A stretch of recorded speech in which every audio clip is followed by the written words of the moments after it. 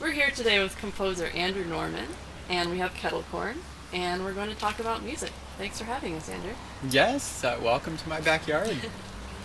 What is your relationship to Kettle Corn? I have no relationship with kettle corn. I Okay. think this might be my first time. It's your first experience with Kettle Corn. I feel like it. I mean, I don't even really know what it is. Well, it's popcorn with sugar, essentially. I like it. So, Kettle Corn New Music is inspired by the idea of sharing music with friends. Mm-hmm. And for us, it started in the sort of dorm room music sharing, hanging out experience. So, I wanted to ask you, what are some musical experiences that you've had outside of the traditional concert hall experience?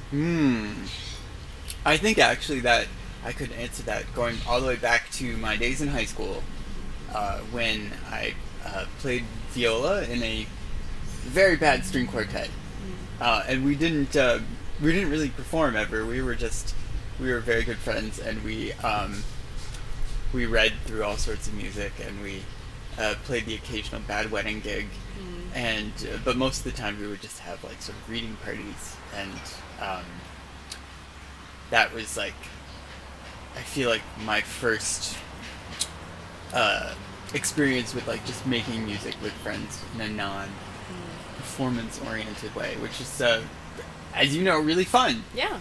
And there's something that can be very impersonal about writing music and then asking other people to play it, especially like in the orchestra world where I work a lot. Right. So to have that personal connection with people and to be just like, hey, we're making some music here, that's really amazing. And I try to capture some of that in my more professional music making to the extent that I can. Yeah. Great. Can you tell us a little about your piece that's going to be featured on our concert? Sabina. Sabina. Mm-hmm. For violin. For violin This now. time. Yeah, no. Sabina's a piece that I've written like 17,000 times. And yeah, it has like many different versions. It's a piece I come back to a lot. And the first version of it I wrote in 2006, which is now what? That's like 7 years ago. It's insane. And it was inspired by this experience I had in Rome. I got to live in Rome for a year, and I would take long walks and visit all the different churches there in Rome. And there's one particular church that I absolutely fell in love with, and it was called Santa Sabina. It's a very old church, very plain on the inside, which is unusual in that city, and the windows are made of stone, not glass. So they're like thinly sliced, translucent stone, much like that library at Yale. Oh, Beinecke. Beinecke, yeah, which has the same thing, which is very thinly sliced stone that light can actually go through. And what I loved about this is that at certain times of day, like morning, early morning, late afternoon, the light shines through these thin stone windows and creates these amazing patterns on the walls. And they're patterns that are constantly changing, and sort of the light grows and changes, or a cloud passes over and they disappear, and there's always this slight, very slow sense of morphing in the light. And I love the fact that like the decoration in this church is not like Baroque gilding or anything, it's just light.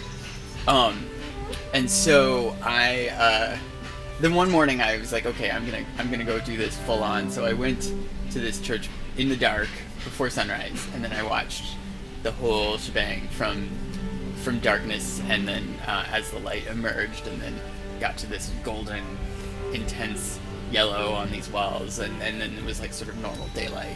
And that was the experience that inspired this piece, Sabina, which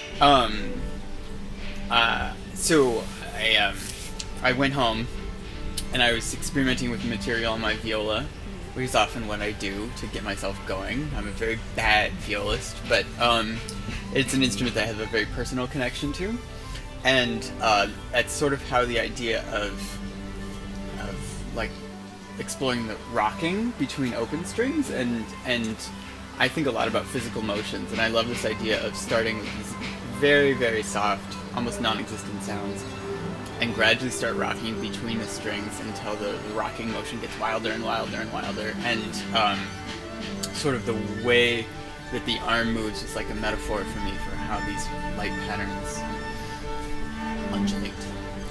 Very cool. Worked out a solo viola version of this piece, and then I wrote a trio version of it for violin, viola, cello.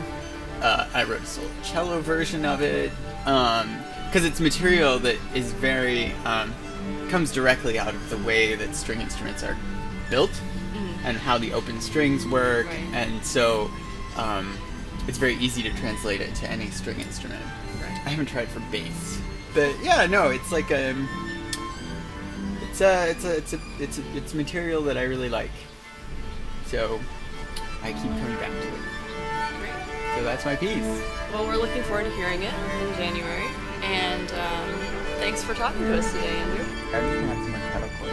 Not as much as you want. All right, here we go. Thank you.